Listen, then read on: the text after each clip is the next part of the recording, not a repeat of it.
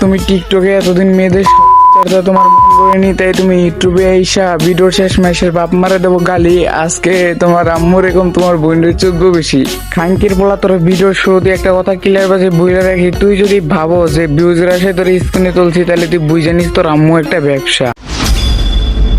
তুই যারে তারে রোস্ট করিস ভালো কথা, কেন মানুষের বাপ মা তোলে দেশ গালি। আজকে দেখা যাক তোর বইনের আমি কতটুকু খাইতে পারি।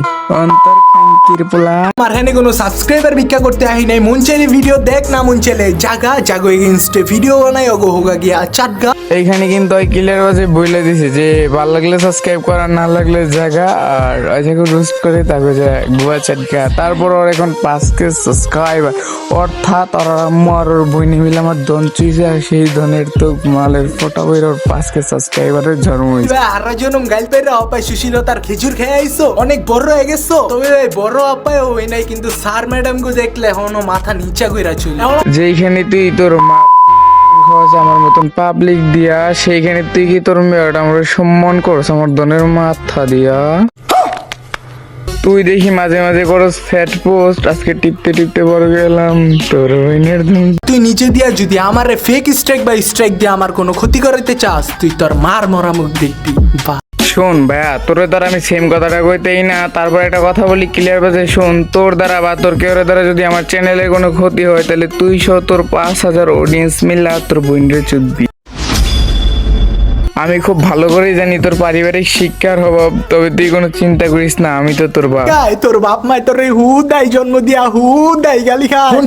এই কথাটা ঠিকই কইছেন। আপনার মায় আপনার জন্ম দিয়ে আপনার মায় আর আপনার বইনে ভালো জায়গায় চোদন খায়।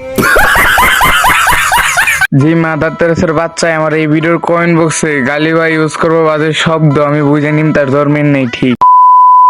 আচ্ছা অন্তর, তোমার মাথায় কি গিলু নাই? তোমার বোনরে ব্যবসা করিতে নামাইছো, তা তো তোমার হয় নাই। তুমি অনলাইনে এসে তোমার বিক্রি করো, এটা কিন্তু ঠিক না ভাই।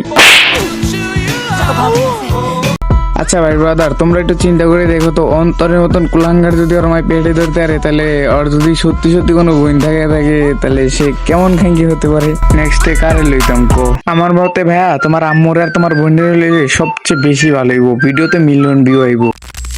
আমি ভাবতেও পারিনি আমার চ্যানেলের ফার্স্ট ভিডিওটা এতটা হবে হার্ড। আজকে চুদ্দ তোর বোনের সব বের হলাম। এখন প্রশ্ন একটা রয়ে গেল, আমি গালি দিতে বারণ করে আমি কেন দিচ্ছি ভিডিওতে গালি? শুন ভাই, যে মানুষকে গালি দেয় তারে গালি দেওয়াটা আমার মতে ফরজ। আর আমি যখন গালি দিন তখন কারো মা বাবা চিনবো না।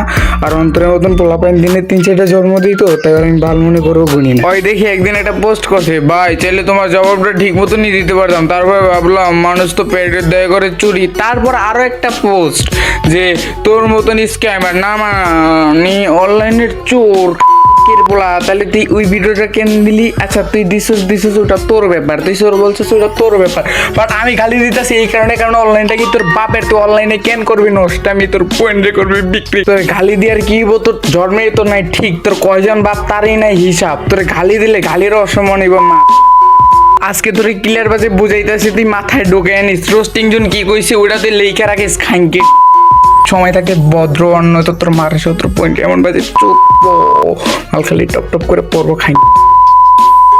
তোর মানে আমার সন্তান একটা সময় টিকটকে স্যাবলাগিরি করে তোর হয় নাই, তুই এখন ইউটিউবে একটা ফাউল কাজ করবি, তোর গোষ্ঠী চোদা হবে আমার অডিয়েন্স দিয়ে। বিগিন দ্য গাইস, আজকে ভিডিওটা এই পর্যন্ত। চ্যানেলের ফার্স্ট ভিডিও তো তাই আর চুদলাম না। তোমরা কি ভিডিও নেক্সট পার্ট দেখতে চাও? তাহলে ওরা কমেন্ট করো, ওর বোন রেশোর মারেশোর গোষ্ঠী চুদবো আমি।